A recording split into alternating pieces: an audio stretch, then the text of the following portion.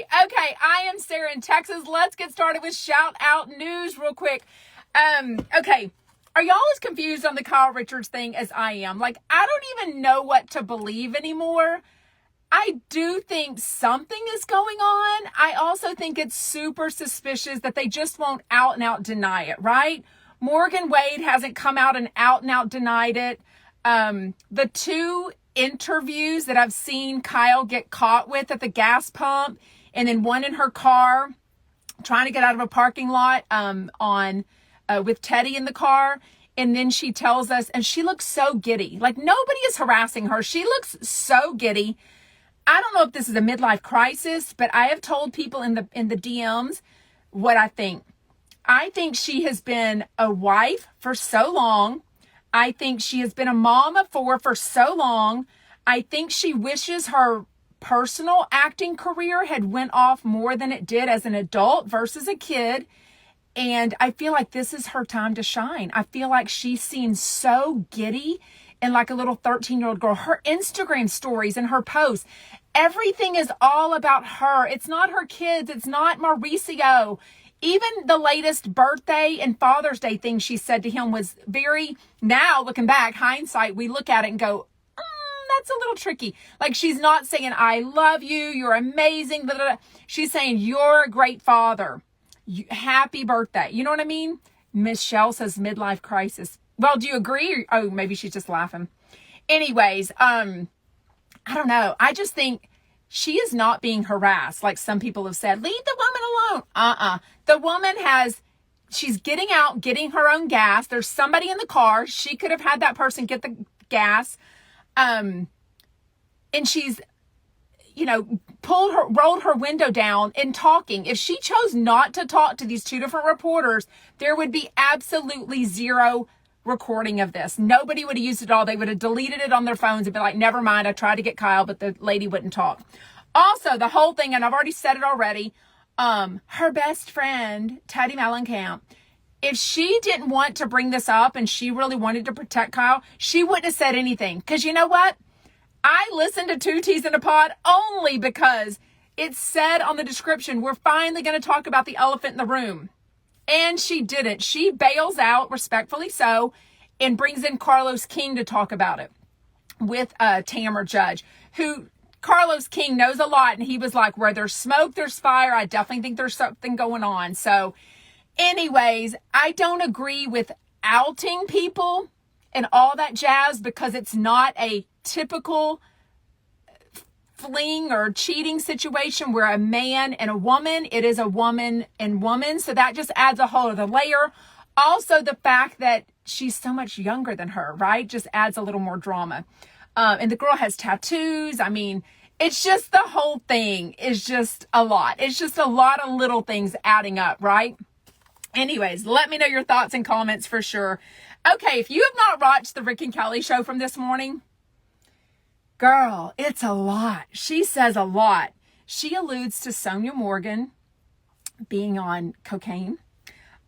She tells people that they're a racist because Kelly's Mexican and they're being rude to her and she's Mexican, so I guess a protected whatever. She goes on and on again about the pandemic.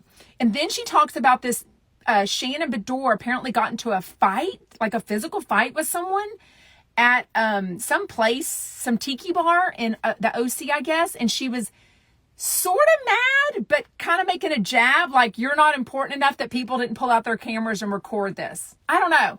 She even calls, I think who was it, y'all? Y'all remind me. Was it a Page Six somebody? Hi, Donna Bowling. Hey, Donna, do you know who it was that Rick and Kelly called this morning on their video? They called somebody like from Page Six or something. They didn't give the guy's name. And they asked on this Shannon Bedore thing, why, if they would sell video. And he said pretty much it needs to be a video of her with PDA with her ex, John Jansen, or somebody new that she's dating. And that's the way people would pick this stuff up. I think it was Page Six, but now I can't remember. No, but everything he said was wrong. Oh, really? Well, tell me more. Kelly had a source on the Smash saying that Kyle's not having an affair with Morgan. Morgan is a sponsor, like maybe addiction. Yes, Robin, and that is something else they said, is this guy said that he does. He said, everything I'm hearing is that they're not in a relationship. I'm hearing it's a sponsor thing, which I don't know. I don't believe that at all. If it is, why wouldn't you admit that? I mean, Kyle Richards has been famous practically her whole life. Donna Bowling says Morgan isn't her sponsor. I don't believe that either.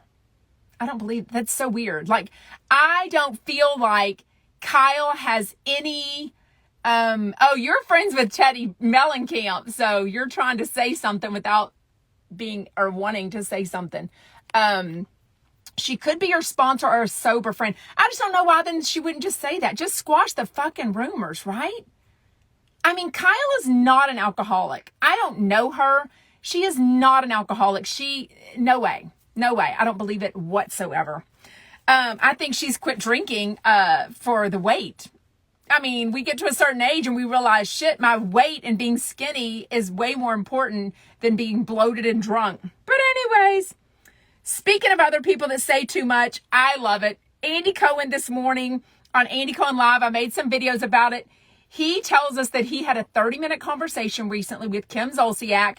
And basically, she told him it was irreconcilable differences. There was no way they were getting back together. So he definitely says he's shocked that Kim and Corey have decided to get back together. But I want to know, Andy, more on this 30-minute conversation with you and Kim Zolciak.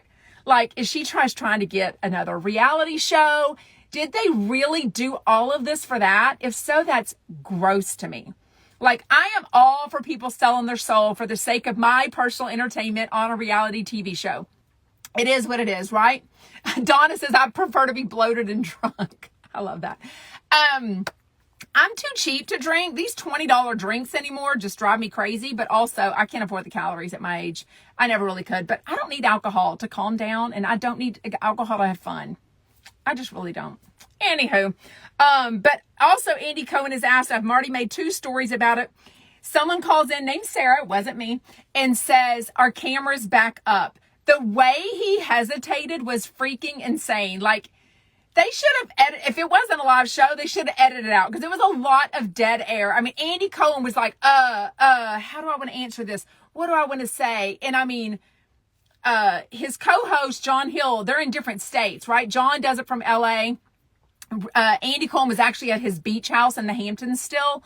But I mean, it was just like dead air for forever, like a minute and a half, because Andy Cohen is trying not to figure out how to say this. So it was very interesting. Did you watch